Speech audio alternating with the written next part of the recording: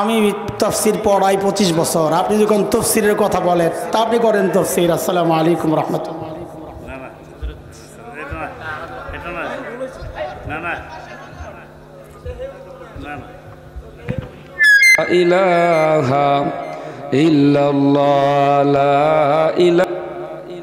আপনাদের কাছ থেকে যদি দিন শিখতে হয় ভাই, আপনারা আমাদেরকে কেন দাওয়াত দিবেন ভাই? হ্যাঁ, নবী এমন পাগল ছিল, আপনি কি আমার পাগল বলতে চান? হ্যাঁ, নবীর সাহাবীরা নবীরে ভুল ধরছেন না? ওই যেখান থেকে বলতেন আমি তো করছি, আপনি চাইছেন, আপনি ধর্ষণ করছেন না, আমি করছি না, আবার সাইড টক করেন, আবার সাইড টক করলো। আমি তো রাগ করি নাই, আমি তো রাগ করি নাই, আমি বলে রাখ। আরে ভাই বসছি তো, সাইড টক করলো কেন? না না না, বলবে কেন? মাহফিল এটা বয়ান করবে আলেম। এখানে কেউ পরামর্শ দিলে তালিম দাওয়াত দিচ্ছেন কেন আপনারা? আপনারাই করতেন না। ঠিক আছে, ঠিক আছে, হ্যাঁ ঠিক আছে, ঠিক আছে, জি আল্লাহ না রে ভাই, ভরসা 16 বছর পারে নাই আমাদেরকে বন্ধ করতে। আপনি কি বলেন?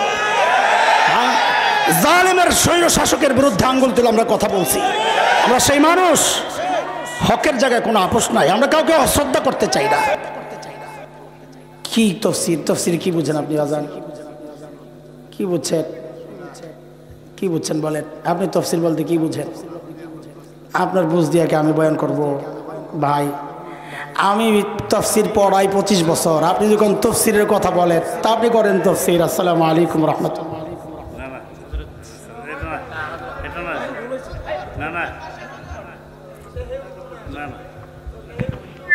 ইলাহা ইল্লাল্লাহ লা ইলাহা ইল্লাল্লাহ জোরে সোরে লা ইলাহা।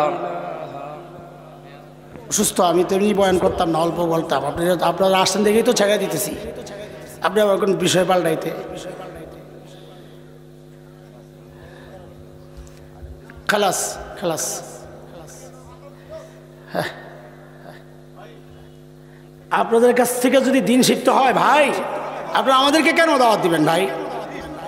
হ্যাঁ, নবী এমন পাগল ছিল, আপনি কি আমার পাগল বলতে চান? হ্যাঁ, নবীর সাহাবীরা নবীরে ভুল ধরছেন না? ওই যেখান থেকে বলতেন আমি তো করছি, আপনি চাইছেন, আপনি ধর্ষণ করছেন না, আমি করছি না, আবার সাইড টক করেন, আবার সাইড টক করলো। আমি তো রাগ করি নাই, আমি তো রাগ করি নাই, আমি বলে রাখ। আরে ভাই বসছি তো, সাইড টক করলো কেন? না না না, বলবে কেন? মাহফিল এটা বয়ান করবে আলেম। এখানে কেউ পরামর্শ দিলে তালিম দাওয়াত দিচ্ছেন কেন আপনারা? আপনারাই করতেন না। ঠিক আছে, ঠিক আছে, হ্যাঁ ঠিক আছে, ঠিক আছে, জি আল্লাহ না রে ভাই, ভরসা 16 বছর পারে নাই আমাদেরকে বন্ধ করতে। আপনি কি বলেন? হ্যাঁ, জালেমের স্বৈর শাসকের বিরুদ্ধে আঙ্গুল তুলে আমরা কথা বলছি। আমরা সেই মানুষ, হকের জায়গায় কোনো আপোষ নাই, আমরা কাউকে অশ্রদ্ধা করতে চাই না। ওনাদের শ্রদ্ধার জন্যই তো আমি ছেড়ে দিচ্ছি যে আসছেন না, আমরা কিছু কথা বলবেন, আমরা এইভাবেই চলবে। কিন্তু আপনারা ডিস্টার্ব করলে তো হবে না ভাই। না না, ঠিক আছে, ঠিক আছে, আপনি ঠিক আছে, আমরা তো আপনার জন্য দোয়া করতেছি বসে বসে। আল্লাহ আপনার দিল নরম বানায়।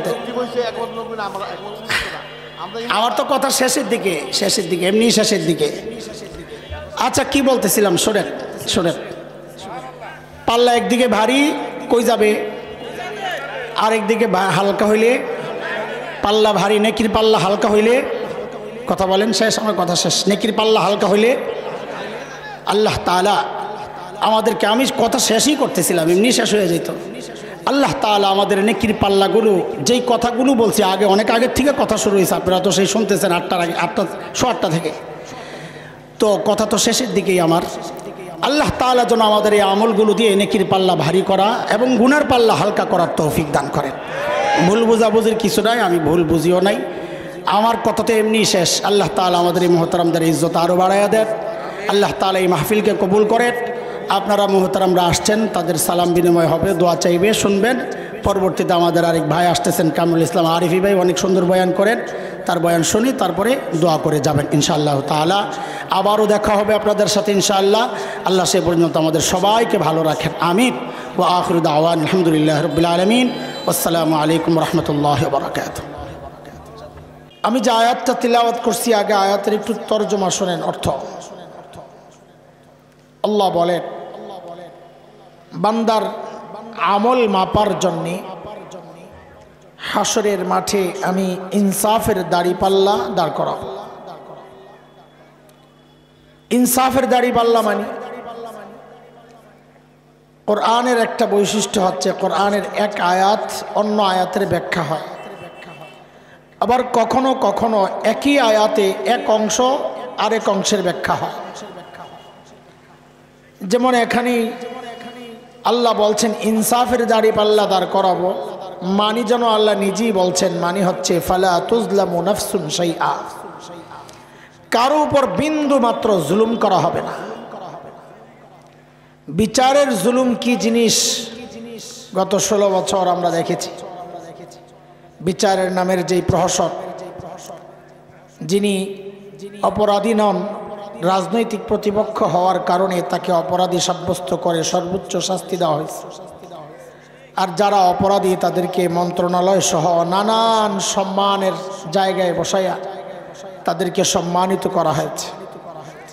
এগুলো হচ্ছে বিচারের নামের প্রহসন। আল্লাহ বলেন আমার আদালতে এমন কোনো জুলুম হবে না।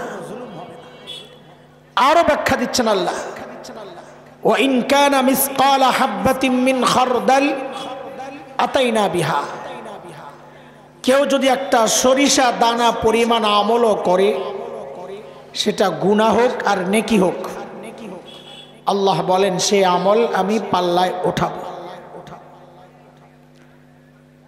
হাসরের মাঠে বান্দার আমল মাপা হিসেবে মানুষের শ্রেণী হবে 4টা। কয়টা বলেন? আমার সাথে একটু মুখস্থ করার মতো করে আগান, হ্যাঁ? তাইলে আপনাদের মনে রাখলে সামনের কথাগুলো বোঝা সহজ হবে। বলেন শ্রেণী কয়টা? এই 4 শ্রেণী আপনি নিজেও বের করতে পারবেন, একটা সূত্র শিখাইয়া দিয়ে। হিসাবটা কি? আচ্ছা, দাড়িপাল্লার পাল্লা থাকে কয়টা বলেন? 2 পাল্লা। এক পাল্লায় আপনি কথার কথা চাল রাখছেন, চাল মাপার জন্যে পাশের পাল্লায় কি কিছু দিতে হবে? না দিয়েই মাপা যাবে। কি দিতে হবে? পাথর। এখন এক পাল্লায় চাল রেখেছেন, পাশের পাল্লায় পাথর রাখেন নাই, তাইলে মাপা যাবে? কেন যাবে না? আমি যেই শব্দটা বলবো বারবার আপনারা ওইটাই বলবেন, তো আপনাদের বুঝতে সহজ হবে, আমারও বলতে সহজ হবে। সেটা হচ্ছে বলবেন পাল্লা একটা খালি।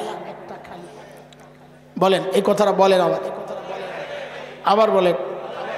তা আমি আবারও জিজ্ঞেস করি, ঠিক করে জবাব দিবেন। এক পাল্লায় চাল রেখেছেন, আরেক পাল্লায় পাথর রাখেন নাই, বাটখারা রাখেন নাই, লোহা রাখেন নাই, মাপা যাবে? কেন যাবে না? পাল্লা একটা খালি, সবাস। ঠিক এর উল্টা যদি হয়, এক পাল্লায় লোহা রাখছেন, পাথর তো রাখছেন, কিন্তু পাশের পাল্লায় চাল রাখেন নাই, মাপা যাবে? কেন যাবে না? পাল্লা একটা খালি। পাল্লা খালি বললে তো হবে না, তাইলে প্যাঁচ লেগে যাবে। বলতে হবে পাল্লা একটা খালি। একটা পাল্লা কয়টা খালি? এক পাল্লা খালি। এই বিষয়টা যদি বুঝেন তো হাসরের মাঠের 4 শ্রেণী আপনি সহজেই বুঝবেন। হাসরের মাঠে আল্লাহর আদালতে এমন কিছু মানুষ উঠবে যাদের নেকির পাল্লায় নেকি তো আছে, কিন্তু গুনার পাল্লায় কোনো গুনাহ নাই, পাল্লা খালি। বলেন তো তাদের আমল মাপা যাবে? কেন যাবে না? ওইটাই বলেন, ওই জবাব ওইটাই বলেন, ঠিক করে বলেন। আমি আবারও জিজ্ঞেস করি, খেয়াল করে বলেন। এই মূল কথাগুলো বুঝলে পরের কথা বোঝানো সহজ হবে আমার ইনশাআল্লাহ। এক পাল্লায় নেকি আছে, আরেক পাল্লায় গুনাহ নাই, তার আমল মাপা যাবে? কেন যাবে না? আবারও বলে পাল্লা খালি।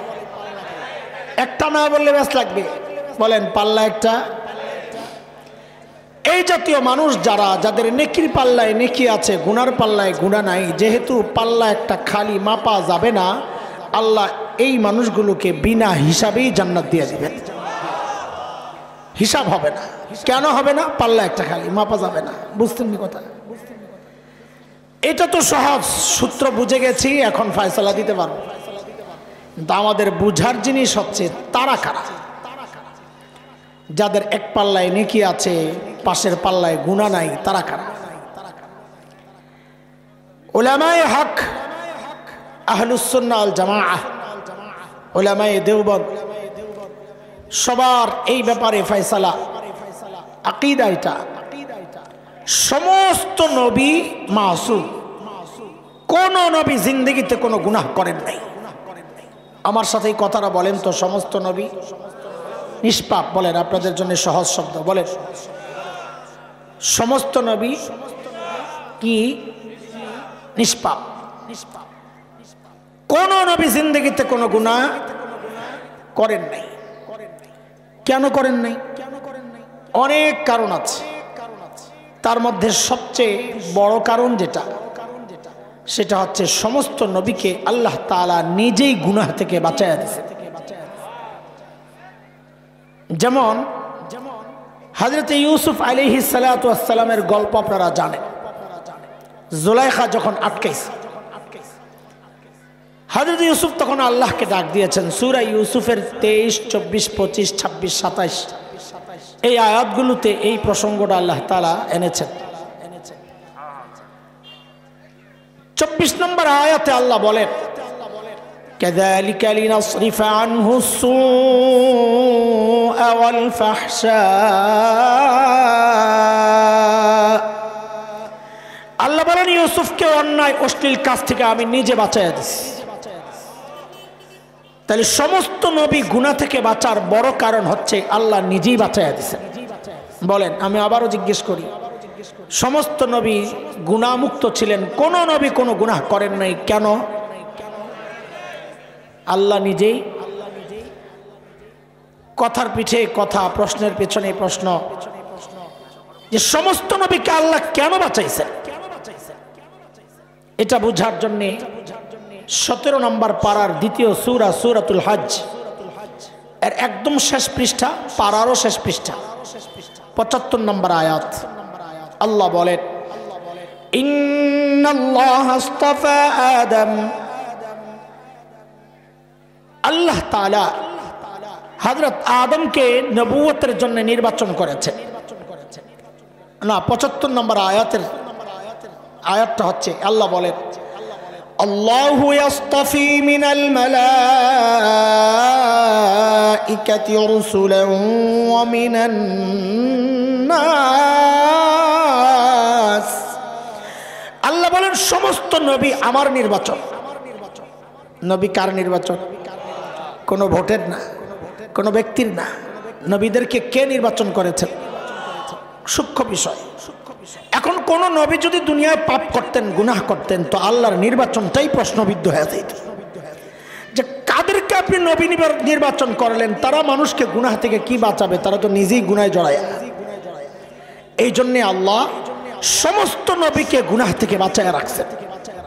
আর এই কারণে হক্কানি আলেমরা এই ব্যাপারে এতটা কঠোর যে কেউ যদি নবীদের সমালোচনা করে, কেউ যদি নবীদের দোষ তালাশ করে, অথবা ভাব নিয়ে ইনিয়ে বিনিয়ে ঘুরিয়ে পেঁচিয়ে বলতে চায় নবীরা তাদের দায়িত্বে অবহেলা করেছেন, সেই মানুষের পাগড়ি, কপাল ঢাকা যত সুন্দর পাগড়ি হোক, দাড়ি যত লম্বা হোক, বংশ যত উঁচা হোক, তার যত লক্ষ কোটি ভক্ত মুরিদ থাকুক, হক্কানি ওলামায়ে বলেন, ওলামায়ে কেরাম বলেন, এই মানুষ স্পষ্টত গুমরাহিতে জড়িত, সে পথভ্রষ্ট, সে বাতিল। নবীদের ব্যাপারে জবান বন্ধ, মনে থাকবে ইনশাআল্লাহ। কেন? নবীদের ব্যাপারে কথা বলা মানেই হচ্ছে আল্লাহর সিদ্ধান্তকে চ্যালেঞ্জ জানানো, যে আপনি তাকে নবী নির্বাচন করে ঠিক করেন নাই, তিনি পাপ করেন। নাউজুবিল্লাহি মিন যালিক। তাহলে সমস্ত নবীর ব্যাপারে আমাদের সিদ্ধান্ত, তারা গুনাহমুক্ত যেহেতু, তো তাদের নেকির পাল্লায় নেকি আছে, কিন্তু গুনার পাল্লা যেহেতু পাল্লা একটা খালি, আমল মাপা যাবে, এই জন্য সমস্ত নবীর ব্যাপারে আল্লাহর সিদ্ধান্ত হবে তারা বিনা হিসাবে জান্নাতি। গেল নবীদের বিষয়। নবী আলাইহিস সালাম বলেন এই উম্মতের ৭০,০০০ বিনা হিসাবে জান্নাতে যাবে। কত? সুবহানাল্লাহ যে পড়লেন, ৭০,০০০ বিনা হিসাবে জান্নাতে গেলে আমার আপনার কি লাভ? এত খুশি হইয়া সুবহানাল্লাহ পড়লেন যে, না ভাবতেছেন সিরিয়াল পেয়ে যাবে? হ্যাঁ, আল্লাহ দিলে দিতে পারেন, কিন্তু এটা বাস্তবতা তো স্বীকার করতে হবে। কেন? কারণ সাহাবী তো রয়ে গেছে কত, আমি আপনি সিরিয়াল করতে পাবো। সাহাবী কত? হ্যাঁ, হায় আল্লাহ, ১০০ লক্ষ সাহাবী না? এটা কিভাবে যেন ছড়ায় গেছে। বুখারীর বর্ণনা, বুখারী শরীফে আসছে ১০০ লক্ষ সাহাবী বিদায় হজে শুধু নবী আলাইহিস সালামের সাথে হজ করছে। ওই সংখ্যাটা রাইনা সাহাবীর সংখ্যায় লাগাই দিয়েছে কে জানে। এখন আপনাদের পর্যন্ত এই খবর পৌঁছে গেছে, কেউ জিজ্ঞেস করলেই সবাই বলে ১০০ লক্ষ সাহাবী। সাহাবী ১০০ লক্ষ না, বলে কত সংখ্যা একজাক্টলি বলা যায় না। এই জন্য আমরা বাঁচার জন্য জবাবটা এমনি দিই লক্ষ লক্ষ। কত? হ্যাঁ, আমাদের যাত্রাবাড়ির হযরত শেখ মাহমুদুল হাসান হাফিজাহুল্লাহ হযরত বলেছেন ৫ লক্ষ অনুমান করা যায়। আচ্ছা, হযরতেরটা ধইরা ৭০,০০০ যদি বিনা হিসাবে জান্নাতে যান তো সাহাবী তো থেকে যায় আরো ৪,৩০,০০০। তা আপনি সুবহানাল্লাহ পড়েন কি জন্য? হতাশ হয়েন না। নবী আলাইহিস সালাম এই কথা বলেই গেছেন ঘরের ভেতরে, বের হয়ে আসছেন, দেখেন যে সাহাবীদের মধ্যে কানা ঘুষা চলতেছে, ফিসফাস, কে যাই করে আল্লাহ কার কপালে জানি আছে রে। বুঝছেন নি কথা? শুনছেন কিছু? তো নবী আয়েশা শুনতেছেন যে এই ফিসফাস চলতেছে, এই তোমরা কি নিয়ে কথা কও? বলে ইয়া রাসূলুল্লাহ, ওই যে ৭০,০০০ যে বিনা হিসাবে যাবেন তারা কারা? কৌতূহল সবারই তো আশা। আর আমি আপনি ১৪০০ বছর পরে বয়ে সুবহানাল্লাহ বইলে আশা করতেছি, তো তারা সামনাসামনি নবীর সামনে থাকবো, আশাটা কত বড় ছিল। হ্যাঁ, তো নবী আলাইহিস সালাম তাদের কিছু আলামত বলেছেন কারা বিনা হিসাবে জান্নাতে যাবেন। এরপর যেটা বলেছেন ওইটা হচ্ছে আমাদের জন্য একটু আশার জায়গা তৈরি করছে। নবী বলেন, বলার যে উদ্দেশ্যটা, ভাব কথা, সেটা হচ্ছে ওই ৭০,০০০ মূলত ৭০,০০০ গ্রুপের গ্রুপ লিডার। তাহলে গ্রুপ কয়টা? বলেন গ্রুপ কয়টা? বলে তাহলে প্রত্যেক গ্রুপের সংখ্যা কত? তো নবী বলেন প্রত্যেক গ্রুপেও থাকবে ৭০,০০০। তাহলে ৭০,০০০ পূরণ ৭০,০০০ মানে ৪৯ কোটি। কত? তার মানে এই উম্মতের ৪৯ কোটি বিনা হিসাবে জান্নাতে যাবে। এইবার একটু সুবহানাল্লাহ বলা যায়, একটু আশা করা যায়। ঠিক আছে, আরো ব্যবস্থা আছে, রাখেন। বলেন তো হাসরের মাঠে মানুষের শ্রেণী হবে কয়টা? এই বলেন, আমার সাথে কথা বলা লাগবে। আমি মুখস্থ ওয়াজ করতে পারব না, মুখস্থ করাইতে পারবো। বুঝছেন না কথা? আমি বয়ান মুখস্থ করাই, নিজে মুখস্থ বয়ান করব না। আমার সামনে বসবেন তো যা বলি সব আমার শোনাইতে হবে ইনশাআল্লাহ। খালি মুখস্থ শুই না, মজা লাগছে, আরে কি সুন্দর গলা, হুজুর একটা গজল বলছে, কলজা ঠান্ডা। আজান দিছে মক্কা মদিনা ফেল, হুজুর আনছে আজান আর গজল শোনার জন্যে, বোকা। তো শিল্পী দিয়ে তো গজল গাওয়ার কাম চলে, মুয়াজ্জিন দিয়ে আজানের কাম চলে, তুমি আলেম দাও তো কি জন্যে? মানুষের মধ্যে ওইটাই ঘুরে, আরে যে সুন্দর টান, কলিজা ঠান্ডা হয়ে গেছে মাশাআল্লাহ। না, চলবে না, মজলিস নষ্ট করা যাবে না দোস্ত। আমরা এখানে যতক্ষণ থাকবো মনে করবো একটা ক্লাস হচ্ছে, এখান থেকে একটা পড়া মুখস্থ করে বাড়ি যাবো ইনশাআল্লাহ। ঠিক আছে না ইনশাআল্লাহ? বলেন হাসরের মাঠে শ্রেণী হবে কয়টা? ১ নাম্বার, যাদের নেকির পাল্লায় নেকি আছে কিন্তু গুনার পাল্লা খালি, তাদের ব্যাপারে আল্লাহর ফয়সালা, তারা বিনা হিসাবে জান্নাতি। এ পর্যন্ত বুঝছেননি আসলে আপনারা? একদম পরিষ্কার হয়েছেনি? ২ নাম্বার, ঠিক তার উল্টা, গুনার পাল্লায় গুনাহ তো আছে, নেকির পাল্লা খালি। বলেন মাপা যাবে? কেন যাবে না? এই তো সবাই জাগাত আসছে, লাইনে পড়ছে, পাল্লা একটা। যাদের নেকির পাল্লায় নেকি নাই, গুনাহ পাল্লায় গুনাহ আছে, তাদের এক পাল্লা খালি হওয়ার কারণে আল্লাহ তাদের সম্পর্কে বলেন ফালা নুকিমু লাহুম ইয়াউমাল কিয়ামাতি ওয়াজনা, আমি ওদের আমল মাপব না। তো না মাপলে তারা বিনা হিসাবে কই জাহান্নাম। এই যে অর্ধেক ওয়াজ আপনাকে মুখস্থ হয়েই গেছে, দেখছেন আপনারা এই জবাব দিতে পারতেছেন আলহামদুলিল্লাহ। আরো বুঝে কিছুক্ষণ শুনেন, দেখবেন বাকিটাও মুখস্থ করতে হবে। এই যে গ্রুপটা যারা বিনা হিসাবে জাহান্নামে যাবে এটা তো সহজেই বুঝে গেছি, কিন্তু আমাদের বোঝা দরকার তারা কারা। এগুলা এইভাবে বুঝাচ্ছি যেন এই গ্রুপগুলোতে আমরা না পড়ে যাই, আমাদের নাম যেন এই গ্রুপে না উঠে যায়। বুঝে আসছে না কথা? সহজ ভাবে তো আমিও বুঝতেছি, আপনারাও বুঝতেছেন তারা কারা। তারা হচ্ছে সমস্ত কাফির, সমস্ত কাফিরের দুনিয়ার যত ভালো কাজ ঈমান না থাকার কারণে সব ভালো কাজ বাতিল। কাজেই নেকির পাল্লায় নেকি নাই, গুনাহ তো আছে। এটা আপনিও বুঝেন, আমিও বুঝি। বুঝি না যেটা, সেটা হচ্ছে বড় ভয়ঙ্কর খবর।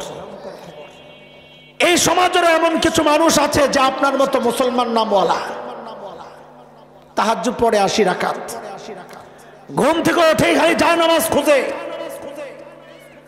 অথচ দেখা যাবে তারাও যাবে বিনা হিসাবে জাহান্নাম। এরা কারা এটা হচ্ছে আমাদের জানার বিষয়, কারণ এই গ্রুপে খুব সহজেই মানুষ আজকাল পড়ে যাচ্ছে। এরা কারা? এদের সম্পর্কেই আল্লাহ বলেন কোরআনুল কারীমের মধ্যে, ومن يرتد منكم عن دينه فيمت وهو كافر فأولئك حبطت أعمالهم في الدنيا والآخرة وأولئك أصحاب النار هم فيها خالدون।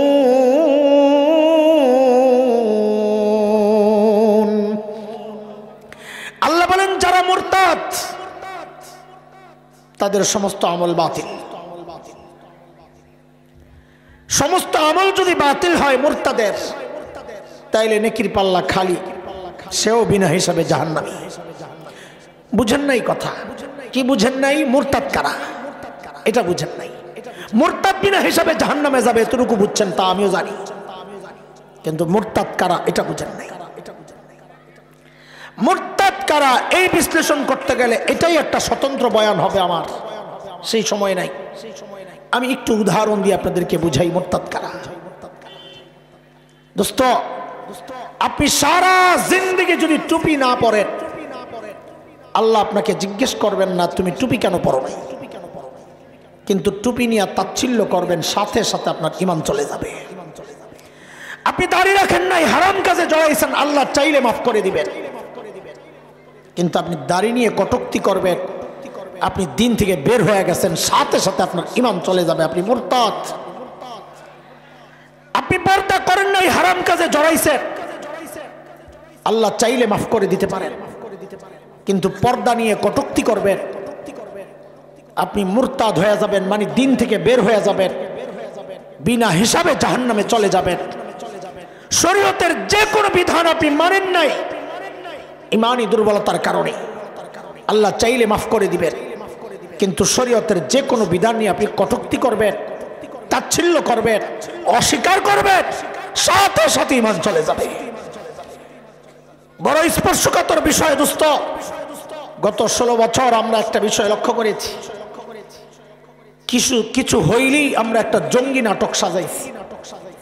খেয়াল করেন বিষয়টা কিন্তু ঈমান আর কুফুরের, আমরা বুঝতে পারি নাই কি সেটা। আপনি জিহাদে যান নাই, যেতে পারেন নাই, আপনার দুর্বলতা অথবা অক্ষমতা, কিন্তু আপনি বিশ্বাস করেন জিহাদ এক পবিত্র ইবাদত, কখনো কখনো সেটা ফরজ হয়ে যায়, এটা বিশ্বাস রাখেন। আল্লাহ আপনাকে এর জন্য ধরবেন না আশা করি, কিন্তু আপনি অতি উৎসাহী হইয়া, অতি সুশীল শাস্তি গিয়া, দাদা আর প্রভুদেরকে খুশি করতে গিয়ে আপনি জিহাদকে জঙ্গিবাদ বলবেন, জিহাদকে সন্ত্রাস বলবেন, মুজাহিদকে জঙ্গি আর সন্ত্রাসী বলবে ওই তালেবানরা যারা কোরআনের শাসন কায়েমের জন্য আল্লাহর জমিনে আমেরিকা এবং নেটোকে পিটায় কুত্তার মতো বিদায় করেছে, ওই বিদেশি প্রভুদের আওয়াজের সাথে আওয়াজ মিলাইয়া আপনি তাদেরকেও সন্ত্রাসী বলবেন, খোদার কসম আপনার ঈমান থাকতে পারে না। কারণ শরীয়তের একটা গুরুত্বপূর্ণ বিধান আপনি জিহাদকে কটাক্ষ করেছেন। গত 16 বছর আমরা দেখেছি আমাদের বহু পুলিশ ভাই একজনকে ধরছে, অভিযোগ কি তার কাছে জিহাদি বই পাওয়া গেছে। জিহাদি বই পাওয়া গেছে এই জন্য ধরতে হবে, তার মানে জিহাদকে আপনি অপরাধ মনে করতেছেন। খেয়াল করেন, সূক্ষ্ম বিষয়। জিহাদি বই পাওয়া গেছে এই জন্য যদি কাউকে ধরে তার মানে আপনার কাছে জিহাদ একটা অপরাধ। যে মানুষ শরীয়তের এই গুরুত্বপূর্ণ বিধানকে অপরাধ মনে করবে তার ঈমান থাকবে না, সে মুরতাদ, বিনা হিসাবে জাহান্নামে চলে যাবে। এটা আমাদের সমাজে পান্তাবাদ হয়ে গেছে। আমি আবারও বলি, জিহাদে যাওয়ার সুযোগ আমার হয় নাই, জিহাদি কোনো সংগঠনের সাথেও আমি জড়াইতে পারি নাই। তার মানে এটা না আমি জিহাদ যেটা পবিত্র ইবাদত তাকে আমি অস্বীকার করব। এটা করবেন তো ঈমান চলে যাবে। অথচ গত দিনগুলোতে আমরা দেখেছি এটা এমন ভাবে করা হয়েছে যেন দুনিয়ার মধ্যে সবচেয়ে বড় সমস্যার নাম হচ্ছে জিহাদ, এবং জিহাদে যারা জড়িত তারা একটা ওসিলা পাইলেই প্রতিপক্ষকে ঘায়েল করার জন্য আস্তে একটা জঙ্গি নাটক সাজাইছি। যারা যারা এর সাথে জড়িত ছিল যদি সুযোগ থাকে তওবা করে নিয়ে, নাইলে বিনা হিসাবেই জাহান্নামে যেতে হবে। সাম্প্রতিককালে একটা ইস্যু নিয়ে খুব আলোচনা হয়েছে। আমি রাজনীতি করি না, রাজনৈতিক খোঁচা টোচা আমার উদ্দেশ্য না, আপনাদেরকে বোঝানোর জন্য বলছি। একজন বলেছেন আমার দলের সাথে শরিয়া আইনের কোনো সম্পর্ক নাই। ভাই, খুব ভয়ঙ্কর কথা এটা। শরিয়া আইন আমি করতে পারি কি পারি না এটা আমার দুর্বলতার ব্যাপার। আল্লাহ চাইলে আমাকে মাফ করে দিবেন, কিন্তু একজন ইমানদার বলবে আমি আল্লাহ বিশ্বাস করি কিন্তু আল্লাহর আইন মানি না, তার ঈমান থাকতে পারে না। অসম্ভব, সে মুরতাদ, সে কাফির। কথা বলে। আর এটাও মনে রাখে, এটা আমাদের চেতনা, ঈমান। আপনি চাইলেও না চাইলেও বাংলাদেশে খুব শিগগির শরিয়া আইন কায়েম হবেই হবে ইনশাআল্লাহ। কোরআন প্রেমীরা যাচ্ছে, আমরা দেখছি সময় আসছে কোরআন প্রেমীরা এক হইয়া যারাই দালালি করবে বিদেশিদের সব তারা এদেশে কোরআন আইন কায়েম করবেই করবে ইনশাআল্লাহ। কথাগুলো আপনাদের কাছে অতি উৎসাহী কথা মনে হয়, তাই না? আমরা এটা দিলে প্রাণে বিশ্বাস করি। কেন জানেন? সারা দুনিয়ায় যে দিন কায়েম হবে তার আলামত নমুনা আমরা দেখা শুরু করেছি। কেন? তাকায়া দেখেন না, সিরিয়ায় কালিমার পতাকা উঠে গেছে। তাকায়া দেখেন আফগানিস্তানে কালিমার পতাকা উঠে গেছে। পার্শ্ববর্তী দেশ থেকে বর্ডার আইসা মাঝে মাঝে হুমকি ধমকি দেয় আমার দেশে ঢুকে যাবে, বাংলাদেশ থাকবে না। আমি ঢুকে যান না, খেলা হবে ইনশাআল্লাহ। আমার দেশকে দখল করবা, আমরা তো স্বপ্ন দেখি ইনশাআল্লাহ খুব শিগগির দিল্লির লালকেল্লায় আবারও কালিমার পতাকা পথ করবে ইনশাআল্লাহ। এটা আমাদের ঈমান, এটা আমাদের চেতনা ইনশাআল্লাহ। বলে এতটা আত্মবিশ্বাসী কোন কারণে, কোন শক্তির বলে হচ্ছে? শক্তি আমাদের একটাই, আমাদের নবী বলেছেন সারা দুনিয়ায় একদিন দিন কায়েম। বাংলাদেশ কি দুনিয়ার বাইরে? ভারত কি দুনিয়ার বাইরে? কাজী কালিমার পতাকা উঠবি উঠবে উঠবি উঠবে উঠবি উঠবে ইনশাআল্লাহ। আপনি সাথে থাকবেন কি থাকবেন না এটা আপনার বিষয়। আল্লাহ আমাদেরকে এই জাতীয় ভয়ঙ্কর ফিতনা, ইরতিদাদের ফিতনা বলি আমরা, দিন থেকে বের হয়ে যাওয়ার যে ফিতনা বাংলাদেশে আমরা দেখি আর আতঙ্কিত হই। আহারে, সে মনে করতেছে আমি বড় ইমানদার, হজ করে, যাকাত দেয়, টুপি পরে, নির্বাচন আইলে তো মাশাআল্লাহ টুপিটা লাগায় পুরো হাসান বসরি, হিজাব টিজাব লাগায় রাবিয়া বসরিয়া। নারায়ণগঞ্জে একজনকে পাওয়া গেছে প্রতি রাতে 80 রাকাত তাহাজ্জুদ পড়ে। আল্লাহু আকবার, কত বড় বুজুর্গ! আমি তো নিয়ত করছিলাম পীর পাল্টামো, যেই পীর সাহেবের কাছে জামু জামু শুনছি ভাবছি, এর মধ্যে শুনি পীর সাহেব পালিয়ে গেছে। এখন আমি কার সাথে খেলি কন্ত দেখি আল্লাহ। অথচ এমন এমন বক্তব্য দিছে যে বক্তব্য শুনলে আমরা আটকে উঠি, এই মানুষের ঈমান থাকতে পারে না। ভাই, ঈমান আর কুফরের লড়াই চলছে, এটা এই লড়াই চলবে ইনশাআল্লাহ। ঈমানেরই জয় হবে ইনশাআল্লাহ। আল্লাহ আমাদেরকে এই জাতীয় ফিতনা থেকে হেফাজত করেন। জবান, সাবধান, চিন্তা চেতনা নষ্ট। আপনি মনে করতেছেন নামাজ পড়তেছেন আমার ঈমান আছে, না নাই আপনার ঈমান। দ্বীনের কোন একটা বিধানকে অস্বীকার করলে তার ঈমান থাকতে পারে না। বলেন তো হাসরের মাঠে শ্রেণী কয়টা? কয় শ্রেণী গেল? আমি আবারও মনে করায় দিই, 1 নাম্বার নেকির পাল্লায় নেকি আছে, গুনার পাল্লা খালি তারা বিনা হিসাবে। গুনার পাল্লায় গুনাহ আছে, নেকির পাল্লা খালি বিনা হিসাবে। আর রয়েছে কয়টা? তার মানে আরেক গ্রুপ হইল পাল্লা খালি নাই, 2 পাল্লাতেই আছে। 2 পাল্লাতেই যেহেতু নেকির পাল্লায় নেকি আছে, বোঝা গেল তারা মুসলমান। তারা কি? কাফেরের নেকির পাল্লায় কোনো নেকি থাকতে পারে না। বুঝে আসছে না? এই যে 2 গ্রুপ, 2 পাশেই আছে যাদের, ধরে নেন আমরাই। এখানে 2 গ্রুপ কেমনে হবে? হয় ডানেরটা ভারী, না হয় বামেরটা ভারী। এই হিসাব সোজা। হয় নেকির পাল্লা ভারী, নয় গুনার পাল্লা ভারী। এই তো এদের ব্যাপারে আল্লাহর ফয়সালা। সূরা আল কারিয়া, আম্মা পারার শেষ দিকের সূরা। এই সূরায় আল্লাহ বলেন, فأما من ثقلت موازينه فهو في عيشة راضية وأما من خفت موازينه فأمه هاوية। আল্লাহ বলেন যার নেকির পাল্লা ভারী সে জান্নাতি। সুবহানাল্লাহ কইলে তো গুণ হইব না? বাদ দেন, বাড়ির যেয়ে পড়ে। আমার বাড়িতে জোরই পড়ছে, আপনারা আসতে বললেন কেন? মাশাআল্লাহ, সাথে একটু তাল তুল দিয়েন, তাই না বুঝবো যে বুঝতেছেন। তাল দেওয়ার দরকার নাই আমার, দিতে বলতেছি এই জন্যে যে বুঝেন কিনা কথা, না কারে বুঝাইতেছি আল্লাহ জানে। আমি তো ক্লাস করাই, আমি বয়ান করি না। আমি চাই যা প্রত্যেকটা কথাকে বুঝেন আপনারা। তো আল্লাহ বলেন যার নেকির পাল্লা ভারী কোথায় যাবে, আর যার নেকির পাল্লা হালকা কোথায় যাবে? 4 শ্রেণী পেয়ে গেছেন। এখন আমাদের কাজ কি? আমাদের কর্মসূচি কি? আমাদের কর্মসূচি হচ্ছে ওই প্রথম যেই 2 গ্রুপ, এই 2 গ্রুপে এক জায়গায় আশা আছে, সম্ভাবনা কম, আর এক জায়গায় হইতে চাই না। এই 2 গ্রুপের কোনো একটা আমরা পড়ে যাওয়ার সম্ভাবনাই বেশি। কোনটায় পড়বো, কিভাবে পড়বো, নেকির পাল্লা ভারী কিভাবে করব, গুনার পাল্লা হালকা কিভাবে করব, এটা হওয়া দরকার আমাদের কর্মসূচি। এটাই হচ্ছে এখনকার আলোচনা। বুঝতে পারতেছে? পড়া মুখস্থ হইতেছে তো আলহামদুলিল্লাহ। নেকির পাল্লা ভারী করার খোদাই কিছু পদ্ধতি আছে। আল্লাহ দয়া করেছেন, অটো একটা সিস্টেম লাগাইয়া দিয়েছেন আমাদের সাথে। কি সেটা? আল্লাহ বলেন সূরাতুল আনআম 160 নম্বর আয়াত। আল্লাহ বলেন মান জাআ বিল হাসানাহ ফালাহু আশরু আমসালিহা ওয়া মান জাআ বিস সাইয়্যাহ ফালা ইউজজা ইল্লা মিসলাহা।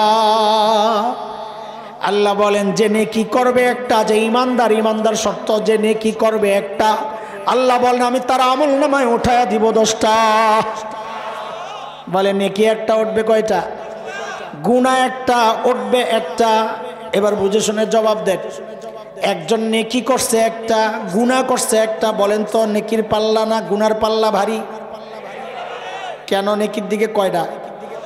সাবাস, এই তো বুঝছেন। একজন গুনাহ করছে 9টা, নেকি করছে একটা। বলেন কোন পাল্লা ভারী? কেন? নেকিতে 10, গুনাহে 9। বুঝছেন নি?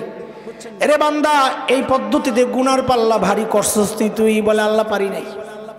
হেলায় খেলায় দিন শেষ। তা আল্লাহর পক্ষ থেকে আরেকটা বড় অফার।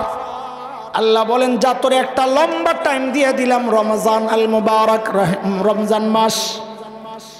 নবীকে দিয়ে আল্লাহ আমাদেরকে বলাচ্ছেন, ফাঁকে একটু পড়ে নেন সাল্লাল্লাহু আলাইহি ওয়াসাল্লাম। আল্লাহর হাবিব বলেন মান আদ্দা ফীহি ফরিদাহ কানা কামান আদ্দা 70 ফরিদাতান ফীমা সিওয়া। রমজান মাসে কেউ যদি কত যদি খালি কোন রকম সেটারে রমজান মাসে ঢুকায় দেওয়া যায়, কত? 70 লাখ। সাবাস। আর যদি খালি কোন রকম লাইলাতুল কদরে ঢুকায় দেওয়া যায়, কোত্থেকে বেশি বেটা? খামাকা হিসাব করে দাঁত মাত ভাঙার দরকার নাই। আল্লাহর কাছে ছাইরা দাও, আল্লাহ এটা আপনার কাছে হিসাব থাক, আমার একটু তৌফিক দিয়া দেন। এখন অনেকে মনে মনে চিন্তা করতেছে, বাপরে এটা তো টাকা পয়সার ব্যাপার, যেই বেতন পায় আমার দ্বারা হবে না। তো রহমতের নবী দিলে মায়া লেগে গেছে। এরে আমার উম্মত শুনো, বুখারীর শেষ হাদিস। আমি তোমাকে দুইটা তাসবিহ শিখায়া দিচ্ছি, আমার সাথে পড়েন তো। সুবহানাল্লাহি ওয়া বিহামদিহি, সুবহানাল্লাহিল আযীম। পড়েন আবার, সুবহানাল্লাহি ওয়া বিহামদিহি, সুবহানাল্লাহিল আযীম। নবী বলেন এই কালিমাগুলা, এই তাসবিহগুলা আল্লাহর কাছে এত প্রিয়, উচ্চারণ তো তোমার জন্য সহজ, কিন্তু পাল্লায় রাখার সাথে সাথে নেকির পাল্লা ভারী হয়ে যাবে। কি বলছেন? আরে না, এখন আমি এটা বলার পর, হাদিসটা বলার পর কি বললেন? সুবহানাল্লাহ বলছেন না? আচ্ছা, আরেকটা কাহিনী শুনলেন। এই বাংলাদেশের জাতীয় ফল কি? মাছ তো পাঙ্গাস।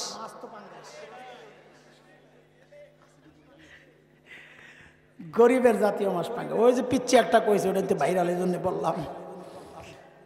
কাঁঠাল জাতীয় ফল, কারণ খুঁজে পাইছে, কিচ্ছু ফালানি যায় না। গাছ হওয়ার পর থেকে কাঠ কাজে লাগে, পাতা ছাগলের খাওয়ানো হওয়ার পর কাঁচা কাঁঠাল তরকারি পাকলে মাশাআল্লাহ মজা। বিচিটা কইছো আনলে একটু শুটকি দিয়ে ভর্তা আনলে,